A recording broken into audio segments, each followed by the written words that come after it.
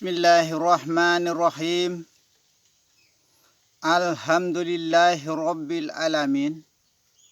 Assalatu wassalamu ala sayyidina Muhammadin wa ala alihi wa sahbihi ajma'in. Amma ba'du. Assalamualaikum warahmatullahi wabarakatuh. Segala puji bagi Allah pengatur alam semesta.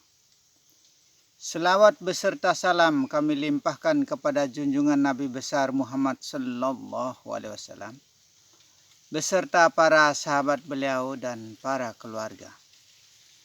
Alhamdulillah, pada siang hari yang berbahagia ini kita telah berjumpa kembali, yaitu di dalam rangka mengenal jati diri, mengenal pencipta dan keterciptaan diri.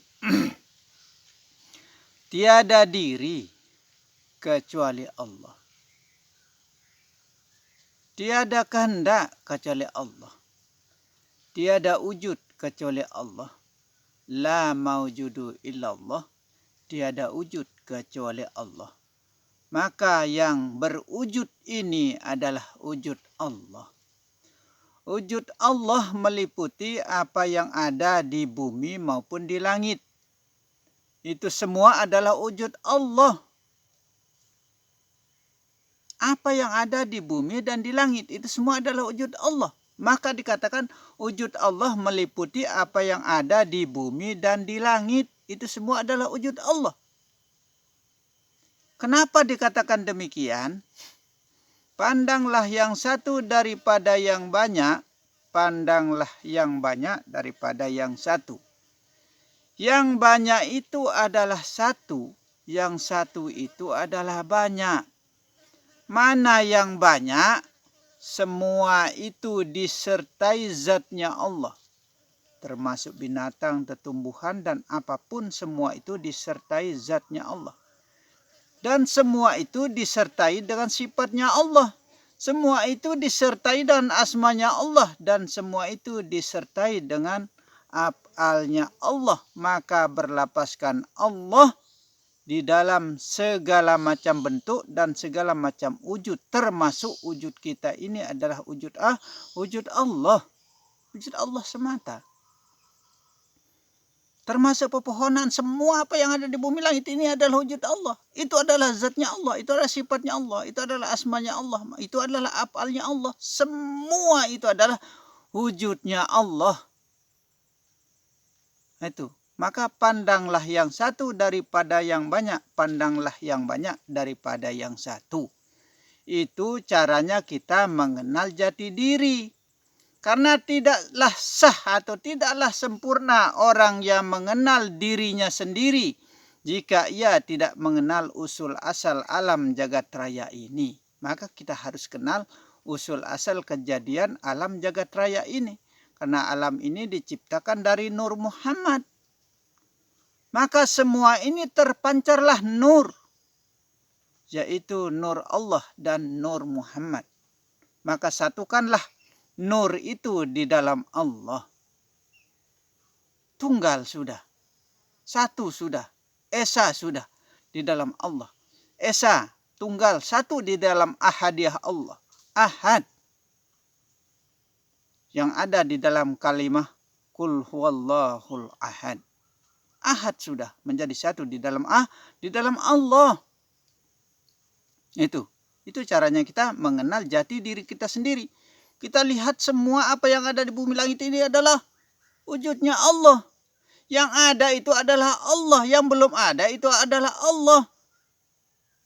Kenapa dikatakan demikian? Innaka antalahu la ilaha illa anta. Allahu alamu bimuradihi. Dengan aku akan ada apa saja yang telah ada, dan dengan aku akan ada apa saja yang belum ada. Yang sudah ada maupun yang belum ada ini adanya karena Allah. Maka semua itu adalah wujudnya Allah. Maka jangan sekali-sekali kita mengakui yang ada ini adalah milik kita. Apa yang ada dalam diri kita maupun apa yang ada di luar diri kita itu adalah milik Allah, kepunyaan Allah. Karena datangnya dari Allah, maka ia akan kembali kepada Allah. Karena semua itu disertai Allah. Inna lillahi wa inna ilaihi roji'un. Semua itu datangnya dari Allah. Semua itu kembalinya kepada Allah. Semua itu disertai Allah. Atau dengan kata lain, la haula wa la quwwata illa billahil aliyul azim. Tidak ada daya upaya dari kita, melainkan semua itu adalah atas kehendak Allah. Maka tiada kehendak dari kita. Maka yang berkehendak di dalam diri kita ini adalah Allah. Semua itu Allah. Yang ada ini adalah Allah. Yang belum ada itu adalah Allah. Karena perhatikan kalimat tadi ya. Dengan aku akan ada apa saja yang telah ada. Dan dengan aku akan ada apa saja yang belum ada. Semua itu adanya karena Allah. Berarti semua itu milik Allah. Tiada milik dari kita kecuali milik Allah. Tiada kehendak dari kita ada kecuali kehendak Allah. Tiada upaya dari kita kecuali upayanya Allah. Tiada kalam dari kita kecuali kalamnya Allah. Tiada pandangan dari kita kecuali pandangannya Allah. Tiada sama sekali yang kita miliki kecuali Allah. Apa yang ada di dalam diri kita ini adalah diri Allah. Itulah orang-orang yang mengenal jati dirinya. Diri ini adalah dirinya Allah, bukan diri kita. Kalau masih ada yang lain selain Allah, berarti itu tidak benar. La ilaha illallah, tiada Allah kecuali Allah. Atau tiada Tuhan kecuali Tuhan. Atau tiada Allah kecuali Allah. Tiada Tuhan kecuali Allah, sama saja. Mau dibolak-balik kemana saja, sama saja. Tetap saja artinya tiada Tuhan kecuali Allah. Atau tiada Allah kecuali Allah. Mau dibolak-balik bagaimana saja, ya tetap tiada lain kecuali Allah maksudnya. Termasuk ini loh pohon kayu ini. Pohon kayu saya pegang ini. Pohon kayu yang saya pegang. Ini juga merupakan wujudnya Allah. Saya ini juga adalah wujudnya Allah. Kita semua itu adalah wujudnya Allah. Semua itu adalah wujud Allah. Tiada wujud kecuali Allah. La maujudu illallah. Tiada wujud kecuali Allah. Berarti semua itu adalah wujudnya Allah. Rupanya Allah. Tiada kehendak kecuali Allah. Berarti kehendak ini adalah kehendaknya Allah. Itu. Tiada kehendak dari kita. Maka la haula wala yang ada pada kita. Tidak ada daya yang ada pada kita kecuali dayanya Allah. Kita bisa bergerak karena siapa? Karena Allah. Kita bisa melihat karena siapa? Karena Allah. Kita bisa bicara karena siapa? Karena Allah. Ini pun saya bisa duduk karena Allah. Saya bisa bercakap-cakap seperti ini ya karena Allah. Dalam pelihat pendengar, semua itu adalah Allah. Maka adanya sifat 20. Tapi inti di dalam sifat 20 itu adalah kudrat, iradat, ilmu, hayat, sama basar kalam. Kudratnya Allah, kuasanya Allah, iradatnya Allah, kehendaknya Allah. Hayatnya Allah, hidupnya Allah. Samanya Allah, pendengarnya Allah. Basarnya Allah, pelihatnya Allah. Kalamnya Allah, bicaranya Allah. Mana kita? Kalau sudah semua milik Allah, semua milik Allah, semua kepunyaan Allah. Innalillah toh. Innalillahi wa inna ilaihi roji'un. Karena datangnya dari Allah, kembalinya kepada Allah. Dan kita ini juga disertai Allah. Maka wahwa ma'akum ainama kuntum. Di mana kamu berada, di situ aku menyertaimu. Atau dengan kata lain, di dalam diri kamu juga aku. Nah, kalau sudah dikatakan di dalam diri kamu juga aku, berarti Allah tuh yang ada. Tiada ada kecuali Allah. Tiada milik kecuali Allah. Tiada kepunyaan kecuali Allah. Semua itu adalah milik Allah. Semua itu adalah kepunyaan Allah. Itu namanya orang mengenal jati dirinya. Itu namanya orang mengenal diri. Tahu diri bahwa tiada aku kecuali Allah. Tapi ini bukan dilapazkan ya. Bukan diucapkan. Bukan dikalamkan. Allah itu bukan berbentuk huruf ya. Allah itu tidak berhuruf. Allah itu tidak berkalam. Tiada ia berhimpun dari segala-galanya. Dan tiada ia bercerai dengan segala maknanya. Semua itu maknanya adalah Allah. Pantas Rasulullah mengatakan, yang jauh tiada dekat itu Allah. Seperti contoh langit ya, kejauhan sana ya. Yang dekat ya diri kita ini, atau bumi ini, atau ciptaan atau af'al ini yang dekat dengan kita. Yang jauh tiada dekat itu Allah, ini kata Rasulullah. Berarti dalam arti kata, yang jauh itu adalah Allah. Yang dekat itu adalah Allah. Yang besar tiada kecil itu Allah. Ini kata Rasulullah. Berarti yang besar itu Allah, yang kecil itu Allah.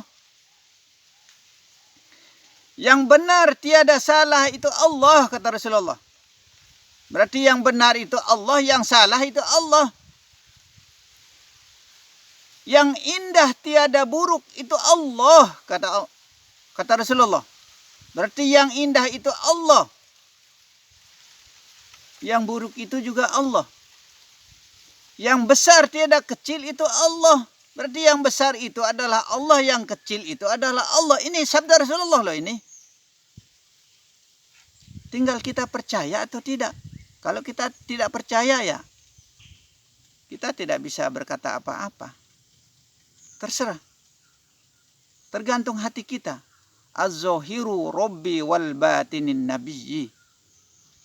Kenyataan Allah itu ya tergantung batin kita. Kita yang harus memulai. Batin ini juga Allah. Yang zahir ini juga Allah. Maka lahir batin Allah, luar dalam Allah. Diibaratkan seperti air dengan gelas ya. Seperti air dengan gelas. Sama warnanya. Kalau sudah dibilang sama warnanya, air dengan gelas, luar dengan dalamnya. Berarti luar dalam Allah, lahir batin Allah. Maka dikatakan, yang zahir itu Allah, yang batin itu Allah. Luar dalam Allah, lahir batin Allah. Pantas dikatakan az-zahiru Rabbi wal batinin nabiyyi. Yang batin itu adalah Allah, yang zahir itu adalah Allah kok. Tiada ada kecuali Allah. Semua itu adalah Allah. Tiada kehendak kecuali Allah. Tiada milik kecuali Allah. Semua itu adalah Allah. Yang berkalam-kalam ini adalah Allah. Yang melihat ini adalah Allah. Yang duduk seperti ini juga Allah. Yang berdiri juga Allah. Sudah, bagaimana lagi? Kurang jelaskah kira-kira? Makanya semua itu adalah atas karenanya, atas kehendaknya. Muhammad Rasulullah. Muhammad pesuruh Allah. Muhammad diperintahkan oleh Allah. Muhammad ini yang mana namanya Muhammad? Yang Muhammad ini pemberian Allah ini. Termasuk roh, nyawa, hati, jasad, pikiran, akal, daya, nafsu, sperma, opa, darah, daging, mani, manika, madi, dan mazi. Pelihat, pendengar, pencium, dan penggerak. Termasuk gua mibang, ari, angin, laut. Usul asal kejadian kita. Itu disebutkan serba empat ya. Maka adanya alam rahasia, alam masal, alam ijsan, dan alam insan. Alam rahasia itu alam roh. Alam masal itu tempatnya nyawa. Alam Ijsan itu tempatnya hati. Alam insan itu tempatnya jasad. Dalam artinya bumi ini. Itulah yang banyak. Maka disebut pandanglah yang satu daripada yang banyak. Pandanglah yang banyak daripada yang satu. Yang banyak itu adalah satu. Yang satu itu adalah banyak. Yang banyak itu adalah af'alnya Allah yang banyak. Ciptaannya. Yang diciptakan. Itulah banyak. Maka huruf H yang ada pada kalimah Allah itu menandakan af'alnya Allah. Ciptaannya Allah. Bumi, langit, seisinya berikut kita ini. Maksudnya itu adalah ciptaannya Allah. Kepunyaannya Allah, miliknya Allah.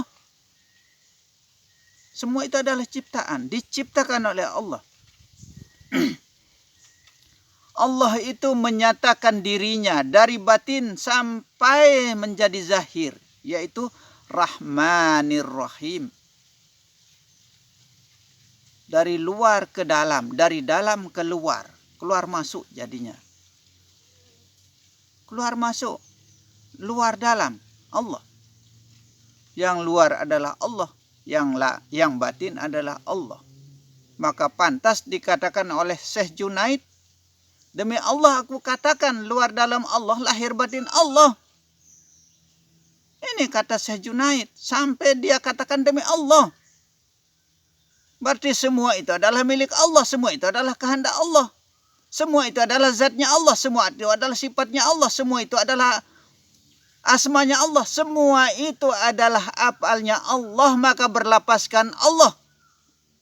Dari roh, nyawa, hati, dan jasad yang ada pada diri kita ini. Kenapa dikatakan zat Allah ada di mana-mana? Coba contoh binatang saja. Ada zat juga di sana.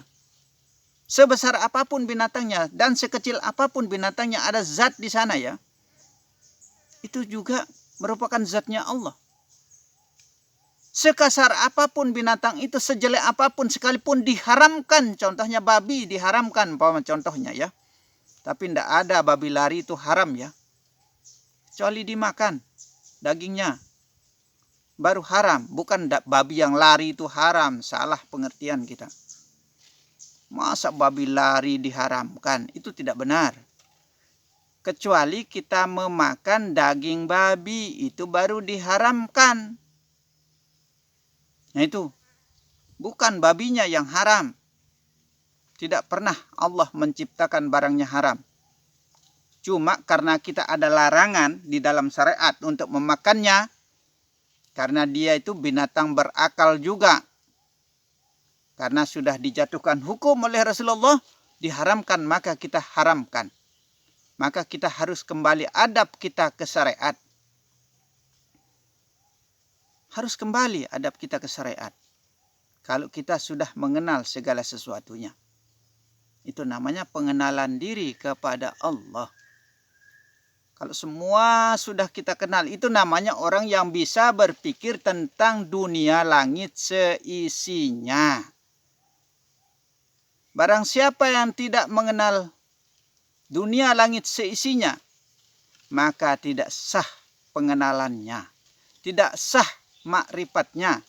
Tidak sah dia merapat kepada Allah. Tidak sah kita merapat kepada Allah. Makrifat itu merapat artinya ya. Makrifat Allah merapat kepada Allah. Itu. Tapi diartikan mengenal. Tentu sekali banyak yang harus kita kenal. Yaitu mengenal diri, mengenal pencipta dan keterciptaan diri. Mengenal dunia langit seisinya. Mengenal Alkitab. Semua Alkitab itu kita harus tahu, kita harus hafal. Bukan menghafal kitabnya keseluruhan ya. Maksudnya kita harus tahu semua kitab ini, semua itu kita harus tahu. Termasuk Injil, Zabur, Taurat, Al-Quran, kita harus tahu. Tapi yang terpenting, yang perlu kita ketahui itu adalah Al-Quran batin. Kalau ada Al-Quran zahir, berarti jelas ada Al-Quran batin. Ini yang perlu kita ketahui. Al-Quran batin itu adalah yang ada di dalam diri kita itu adalah batiniah Allah. Maka lenyapkanlah kalimah Allah itu di dalam diri sendiri, di dalam kalbu kita. Lenyap menjadi satu di dalam Allah. Kan sudah saya katakan ya, pada konten yang kemarin saya katakan, semua itu datangnya dari Allah. Dari 99 ilmu, ada yang ke-100-nya yang mampu kalahkan 99. Mana dia? Allah. Dari 99 Alkitab, ada yang ke-100-nya yang mampu mengalahkan 99. Mana dia? Allah. Maka lenyapkanlah Allah di dalam dirimu, di dalam jiwamu, di dalam batinmu. Kita harus lenyapkan, kita harus tenggelamkan Allah di dalam diri kita, supaya menyatu, supaya manunggal menjadi satu di dalam Allah. Supaya manunggal di dalam rasa, yaitu Rasulullah, yaitu rasa Allah. Supaya manunggal menjadi satu di dalam pandangan, yaitu pandangan Allah. Manunggal menjadi satu di dalam kalam, yaitu kalam Allah. Manunggal menjadi satu di dalam hidup, yaitu hidupnya Allah, hayatnya Allah. Manunggal menjadi satu dalam gerak-gerik, tingkah laku, perbuatan, semua itu adalah atas kehendak Allah. Kalau ada semua kehendak Allah dalam gerakan kita, dalam kerdipan mata, dalam nupus napas, yaitu napas Allah, insya Allah lenyap sudah Al-Quran 30 juz di dalam diri manusia. Itulah Al-Quran yang kekal abadi selama-lamanya. Al-Quran yang tidak bisa hancur, tidak bisa rusak, dan tidak bisa segala-galanya. Itulah kekalnya Allah di dalam diri manusia yang disebut dengan Baqaul Baqa. Kekal abadi selama-lamanya di dalam Allah. Itu di dalam ahadiyah Allah, di dalam kuasanya Allah, di dalam kehendaknya Allah. Nah, itu begitu caranya kita. Karena tiada kehendak kecuali Allah. Tiada daya kecuali Allah. Semua itu adalah Allah. Yang ada ini adalah Allah. Yang belum ada itu adalah Allah. Karena sudah dikatakan dari tadi. Dengan aku akan ada apa saja yang telah ada. Dan dengan aku akan ada apa saja yang belum ada. Yang sudah ada maupun yang belum ada ini, adanya karena Allah, datangnya dari Allah. Maka kembalinya kepada Allah. Nah, barang siapa yang tidak mau mengembalikan semua itu kepada Allah, apa yang ada di dalam dirinya, apa yang ada di luar dirinya tidak mau dikembalikan kepada Allah, berarti kita merampas kepada Allah. Merampas hak miliknya Allah. Kita merampas haknya Allah, merampas miliknya Allah. Maka ini yang perlu kita harus pertanggungjawabkan kepada Allah. Ini yang harus dihisab oleh Allah nanti di yaumil akhir. Karena kita merampas miliknya Allah. Allah sendiri mengakui bahwa semua itu adalah miliknya. Yang terlihat maupun yang tidak terlihat. Yang sudah ada maupun yang belum ada itu adalah milikku, kata Allah. Berarti semua ini adalah milik Allah. Kepala ini adalah kepalanya Allah. Dada ini dadanya Allah. Punggung ini punggungnya Allah. Tangan ini tangannya Allah. Selangkangan ini, kaki ini adalah kakinya Allah saja, begitu saja sudah. Hidup ini hidupnya Allah. Pelihat ini pelihatnya Allah. Pendengar pendengarnya Allah. Semua apapun yang disebut itu adalah Allah. Allah maujud. Maka Allah itu berwujud, benar-benar berwujud. Maka disebut la maujudu illallah, tiada wujud kecuali Allah. Maka wujud kita ini adalah wujud Allah. Begitu. La maujudu illallah, tiada wujud kecuali Allah. Semua yang berwujud ini, semua yang ada ini adalah wujudnya Allah. Nah itu. Kalau kita tidak mau mengakui, tidak mau mengembalikan semua itu adalah milik Allah, maka sesungguhnya kita akan dihitung sebagai orang-orang yang kufur atas nikmat pemberian Allah. Itu, kufur, tidak mau mengakui semua adalah miliknya Allah. Apa ganjarannya? Tidak diterima sholatnya, tidak diterima puasanya, tidak diterima zakatnya, tidak diterima amalnya pun, sedekahnya apapun tidak diterima oleh Allah Subhanahu wa taala. Masya Allah, subhanallah ya. Orang yang tidak mau mengakui semua itu adalah milik Allah, tidak mau mengembalikan semua itu kepada Allah, tidak diterima semua apa amalannya, puasa zakatnya, semua itu tidak diterima oleh Allah. Subhanallah orang-orang yang seperti ini. Maka jangan kita hanya bertahan di syariat saja. Syariat itu kan sudah dikatakan adalah pondasi awal kita, dasar kita sebagai pengenalan kita di dalam syariat. Tapi awal kita mengenal kepada Allah, baguskanlah syariat kita dulu. Sholat yang baik, ruku yang bagus. Tapi ingat, di dalam ruku itu adalah Allah. Di dalam sujud itu adalah Allah. Di dalam i'tidal itu adalah Allah. Di dalam kalam itu adalah Allah. Dan yang perlu, yang sangat terpenting kita perhatikan, di dalam hembusan keluar, di dalam bacaan sholat itu, hembuskan dengan kalimah-kalimah bacaan sholat kita. Di dalam tarikan napas ke dalam, ingat Allah, sebut Allah di dalam batin kita. Di dalam hembusan napas keluar dalam bacaan sholat, hembuskan dengan kalimah-kalimah Allah. Itu. Hembuskan dengan kalimah Allah. Itu namanya kalimah kepasrahan yang kita hembuskan di dalam kalamnya, yaitu kalamullah. Tarik napas ke dalam setiap bacaan sholat kita, setiap ayat demi ayat. Kita harus tarik napas ke dalam, ingat Allah, menyebut Allah di dalam batin, konsentrasi pikiran. Seakan-akan sudah tiada lain kecuali Allah. Yang ada hanya Allah di dalam diri kita. Konsentrasi pikiran, sekurang-kurangnya, setidak-tidaknya kita itu ingat ada gambaran nun di dalam hati kita. Dan titik nun ini harus terlihat, seakan-akan terlihat nyata. Ini cara kita konsentrasi ya. Karena huruf nun ini adalah jantung hatinya manusia. Maka disebut dengan huruf nun ini adalah asma Allah. Huruf mim itu adalah asma Rasul. Maka huruf nun ini seakan-akan terlihat di jantung hati kita. Dan titik nun itu harus kita lihat. Seakan-akan terlihat titik nun itu. Ini cara kita berkonsentrasi kepada Allah di dalam sholat. Maka tarik napas ke dalam, ingat Allah, sebut Allah di dalam batin, hembuskan dengan ayat-ayat. Ayat apapun yang kita baca. Nah itu. Seperti itu cara sholat yang benar. Kalau masih belum bisa, konsentrasi pikiran, gunakan batin. Jangan pakai lisan, jangan gunakan lisan. Kalau masih belum bisa konsentrasi penuh kepada Allah. Khusyuk umpama contoh. Karena kalau kita tidak khusyuk pikiran kita ke pekerjaan kita sehari-hari di dalam sholat ya. Pikiran kita ke pekerjaan. Itu namanya orang yang lalai di dalam sholatnya.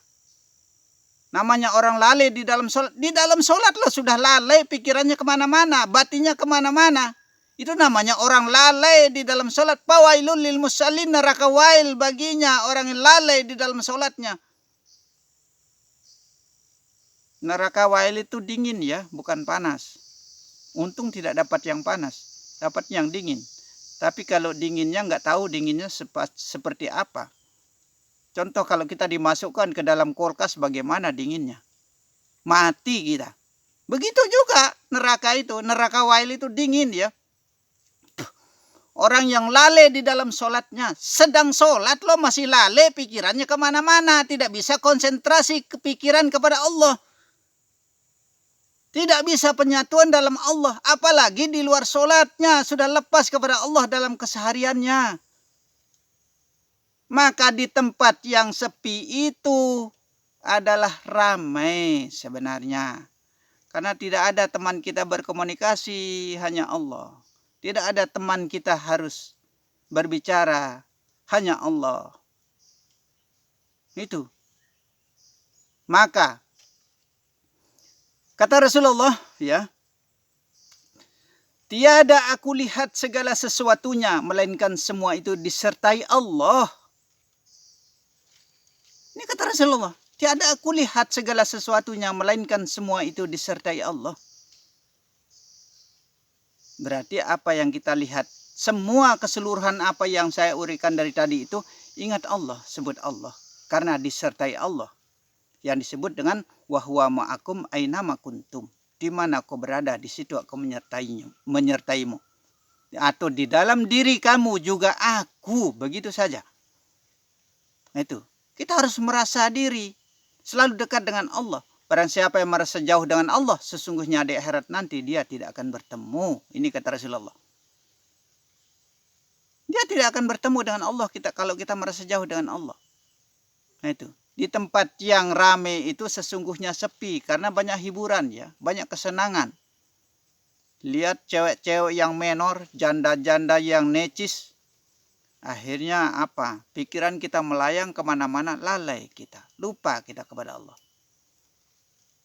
Hati orang yang arif billah itu tidak pernah lupa, tidak pernah luput, tidak pernah lengah kepada Allah. Itu orang yang arif billah, kekasih Allah yang dekat kepada Allah sama seperti Rasulullah. Itu arif billah namanya, kekasih Allah. Maka sesungguhnya kalau orang yang sudah dekat dengan Allah, sudah menyatu dengan Allah, nanti perbedaan kematian ya. Ini pertanyaan Sayyidina Ali ya. Sayyidina Ali bertanya kepada Rasulullah, ya Rasulullah, kenapa orang syariat itu kok matinya hancur di dalam kuburnya? Kenapa orang tarekat matinya kering di dalam kuburnya? Kenapa orang hakikat itu berseri-seri atau bercahaya di dalam kuburnya? Semakin lama semakin bercahaya katanya. Dan kenapa orang makrifat itu kok menghilang atau tidak terlihat di dalam kuburnya? Ini pertanyaan Sayyidina Ali ya. Dijawab oleh Rasulullah. Orang syariat itu apabila ia dipukul orang, maka ia akan balas memukul. Itu. Berarti dendamnya kita kuat. Maka insya Allah kita hilangkan rasa dendam, iri, dengki, fitnah, sombong, angkuh, riya, dan takabur. Karena ini adalah sifat-sifatnya iblis. Sampai-sampai kita berani membunuh, menyantet orang, dan lain sebagainya. Kita mendahului kehendak Allah. Maka kita akan bertanggung jawab atas perbuatan kita. Nah itu. Maka jangan kita hanya membawa sifat sombong, angkuh, riya, dan takabur. Karena kesombongan ini sesungguhnya adalah musuhnya Allah. Jauhi diri dari sifat kesombongan. Karena barang siapa membawa sifat sombong, angkuh, riya, dan takabur, sekalipun 70 tahun kita pernah ibadah akan dihapuskan oleh Allah. Seperti debu ditiup angin, satu kali langsung pus, hilang langsung. Nah ini, maka kita harus perhatikan. Nah, orang tarekat itu katanya, matinya kering di dalam kuburnya. Ini sabda Rasulullah ini. Karena apabila ia melihat orang tidak sembahyang, maka disuruhnya orang itu untuk sembahyang. Apabila ia melihat orang tidak berpuasa, maka diperintahkannya lah orang itu untuk berpuasa. Berarti seakan-akan merasa dirinya lebih benar, lebih baik, lebih sempurna. Pahalanya sudah lebih besar, sebesar gunung Uhud. Masya Allah, tidak sadar diri, semua itu adalah milik Allah. Pahala adalah milik Allah. Hidup ini adalah miliknya Allah. Kalau saya tiada kehendak kecuali Allah, saya tidak memiliki pahala. Tidak memiliki hidup saya, tidak memiliki pendengaran, tidak memiliki kalam kalau saya. Tidak memiliki gerak kalau saya. Tidak memiliki apapun. Harta benda apa lagi? Tidak ada yang saya miliki kecuali Allah. Hanya Allah yang saya miliki. Saya bersedih kepada Allah apabila saya selalu ingat kepada Allah. Karena dikatakan barang siapa yang bisa bersedih kepada Allah, bisa mengucurkan air mata kepada Allah apabila ia ingat kepada Allah, sesungguhnya diharamkanlah dirinya untuk disentuh oleh api neraka itu. Ini janji Allah ini. Saya kalau banyak ingat kepada Allah, saya sangat bersedih kepada Allah. Karena saya tahu diri bahwa diri saya ini adalah benar-benar tiada daya. tiada kehendak dari Allah Subhanahu wa taala. Maka semua itu adalah yang berkehendak hanyalah Allah. Tiada kehendak dari saya, tidak ada yang saya miliki kecuali Allah. Inilah cara kita mendekatkan diri kepada Allah. Itu sejatinya orang-orang yang benar, yang sudah menunggal kepada Allah, sudah menyatu di dalam Allah, yang sudah dekat kepada Allah, sama seperti Rasulullah. Bagaimana dekatnya Rasulullah kepada Allah. Bersedih saya apabila saya ingat kepada Allah. Tersentuh jiwa saya kepada Allah. Karena sesungguhnya jiwa ini adalah milik Allah. Hati ini adalah milik Allah. Kehendak ini adalah kehendak Allah. Yang berkalam-kalam ini adalah kalamnya Allah.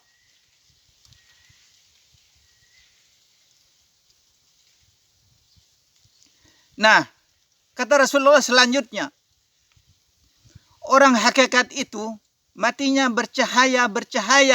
Semakin lama semakin bercahaya. Karena ia selalu menampilkan nama Allah.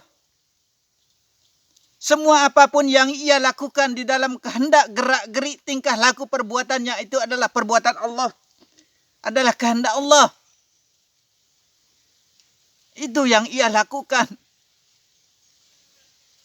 Semua itu diniatkan karena Allah. Dalam setiap langkah, dalam kerdipan mata, dalam kehendak, dalam kalam, dalam apapun yang ia lakukan.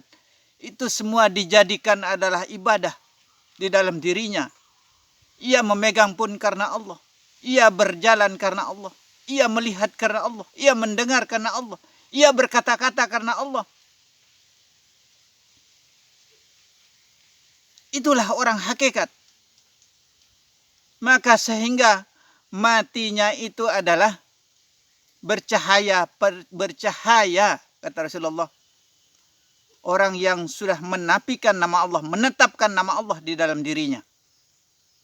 Itu orang hakikat. Kenapa orang marifat itu matinya menghilang di dalam kuburnya atau tidak terlihat ya Rasulullah? Dijawab oleh Rasulullah, tiada aku lihat di dalam tidurku kecuali Allah. Tidak ada aku lihat di dalam bangunku kecuali Allah. Tidak ada yang aku sukai kecuali Allah. Siang dan malam hanya Allah.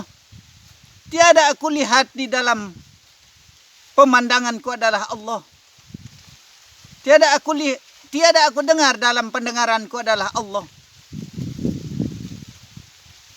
Maka yang berkata-kata ini adalah Allah. Yang melihat ini adalah Allah.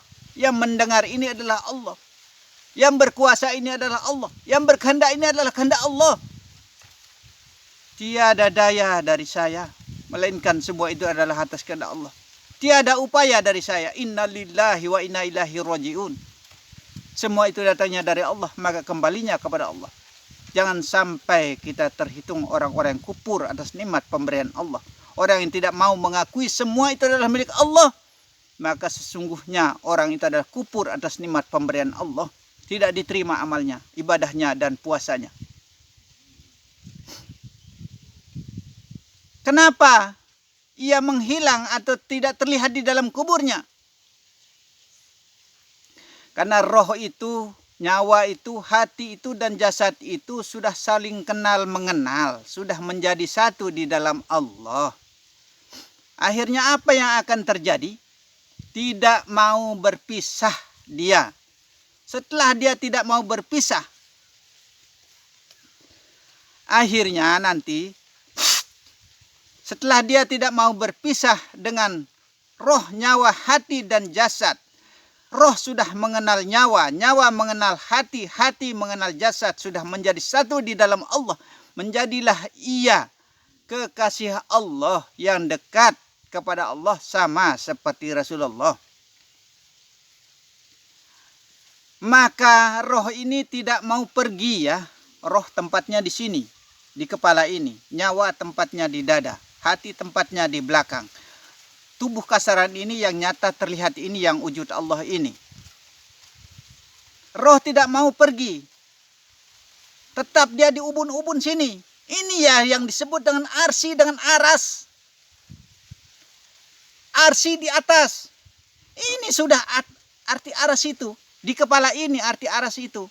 Di ubun-ubun, di otak kecilnya kita ini, itu adalah aras. Itu yang disebut dengan arsi. Nah disitulah tempatnya. maka roh tidak mau pergi dari otak ini, sehingga nanti dalam ketiga harinya dia akan kembali ke ujung kaki. Nah, setelah dia kembali ke ujung kaki, nah ia akan bangkit kembali atau menghilang atau tidak terlihat. Selanjutnya kita tidak berani mengatakan ya entah di mana dan di mana. Nah, itu. Kita tidak berani mengatakan karena kita tidak tahu persis, karena kita belum mati ya. Cuma yang ada pada diri kita ini adalah mautu anta qablal maut. Matikan dirimu sebelum mati. Kita benar-benar tahu diri bahwa tiada daya kecuali Allah. Cuma itu yang ada pada diri kita. Maka kita sebelum kita mati ini kita sudah matikan diri.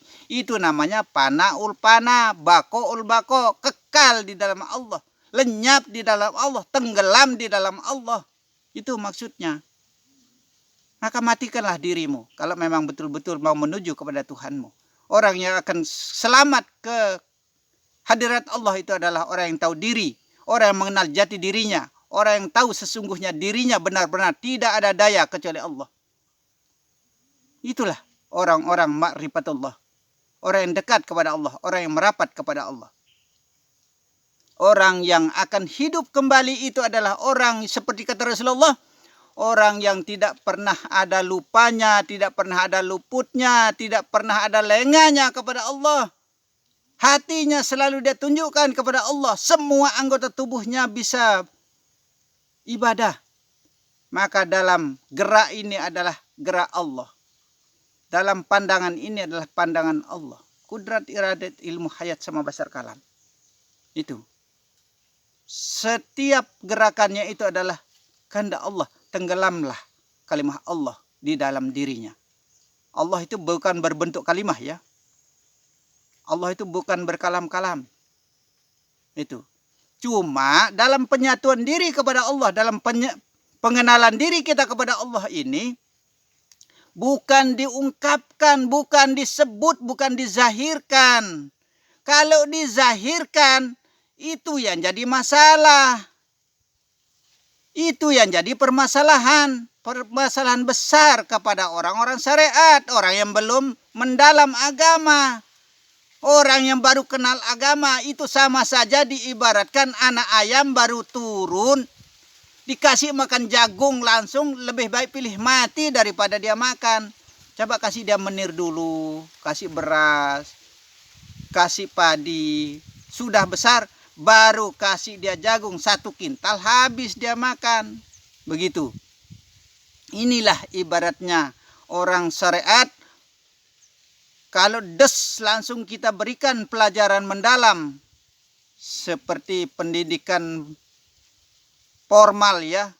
Kuliahan begitu. Perguruan tinggi begitu. Langsung kita berikan perguruan tinggi begitu, bingung dia. Maka sekolahnya sekolah SD dulu, SMP dulu, baru SMA, baru perguruan tinggi.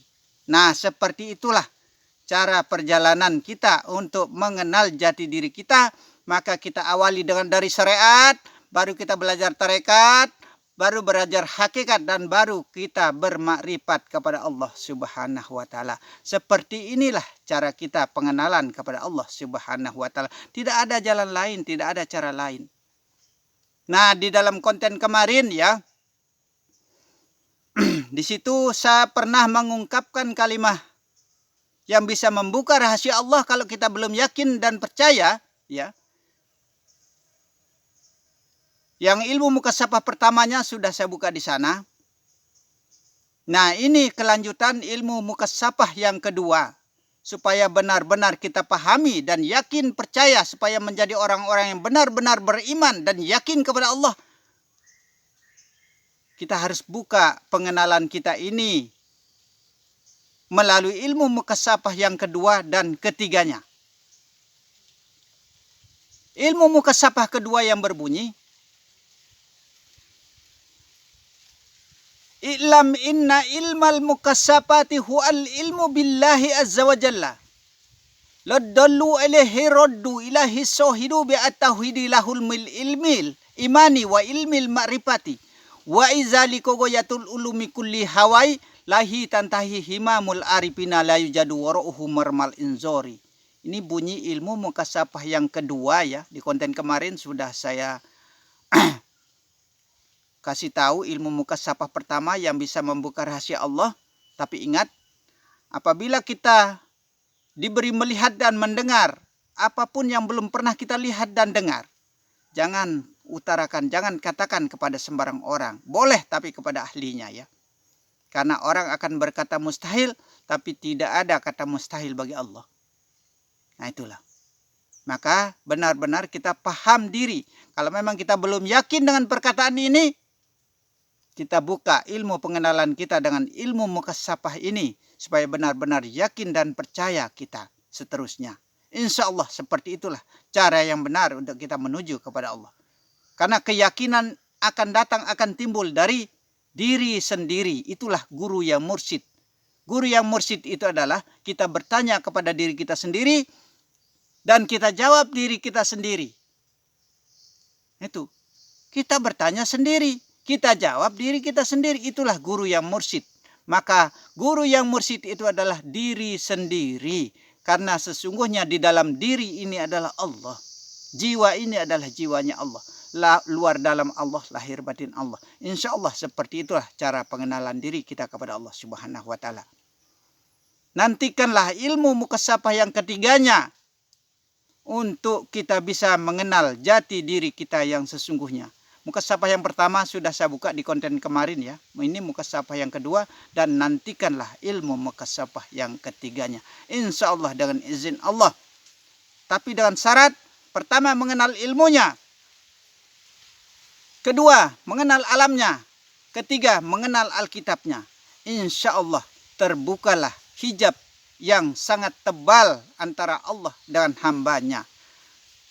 Insya Allah seperti itulah caranya. Tapi ingat konsentrasi pikiran bahwa seakan-akan kita melihat huruf nun. Karena nun ini adalah asma Allah di dalam tengah-tengah jantung hati kita. Dan titiknya itu, titik nun itu kita lihat di dalam diri kita sendiri. Di saat kita berdoa, di saat kita sholat, di saat kita apapun. Nah itulah cara konsentrasi kita kepada Allah Subhanahu wa ta'ala. Insya Allah ini cara-cara yang benar. Insya Allah ini cara yang baik. Itu.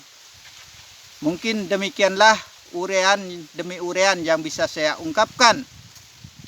Jika ada kekeliruan, kesalahpahaman, jika ada kesalahan yang terselip, saya mohon maaf yang sebesar-besarnya. Karena semua itu dari Allah, untuk Allah dan dengan Allah. Tiada kehendak dari saya, melainkan semua itu adalah atas kehendak Allah. La haula wa la quwwata illa billahil aliyul azim. Maka kita tutup pengkajian diri kita ini dengan kita berdoa kepada Allah Subhanahu wa ta'ala. A'udzubillahi minasyaitonirrajim. Bismillahirrahmanirrahim. Rabbana atina fid dunya hasanah wa fil akhirati hasanah wa qina azabannar. Rabbana innana sami'na munadiyyan yunadi lil imani an aminu birabbikum famanna. Rabbana ighfir lana dzunubana wa kaffir anna sayyi'atina wa tawaffana mal abrar. Rabbana wa atina ma wa'atana ala rusulika wa la tuzina yaumal qiyamah innaka latuhlipul mi'ad. Rabbana zalamna anfusana wa illam taghfir lana wa tarhamna lanakunanna minal khasirin. Rabbi ja'alni muqimas sholati wa min zurriyati wa taqabbal du'a. Rabbana ighfirli wa liwalidayya wa lil mu'mini yauma yaqumul hisab. Rabbana wasi'ta kulla syai'in rahmatan mimman faghfir lil ladzina tabu attabau sabilaka wa qihim azabal jahim. Rabbana wa adkhilhum jannata adnin allati wa'tahum man salaha min abaihim wa azwajihim wa dzurriyyatihim wa qurrata a'yun lil muttaqina imama. Rabbana absirna wa samina farji'na na'mal sholihan inna muqinun. Rabbana ighfir lana wa li ihwanina allazina sabaquna bil iman wa la tajal fi qulubina ghillan lil ladzina amanu. Rabbana innaka ra'ufur rahim walhamdulillahi rabbil alamin. Al-Fatihah. Auzubillahi.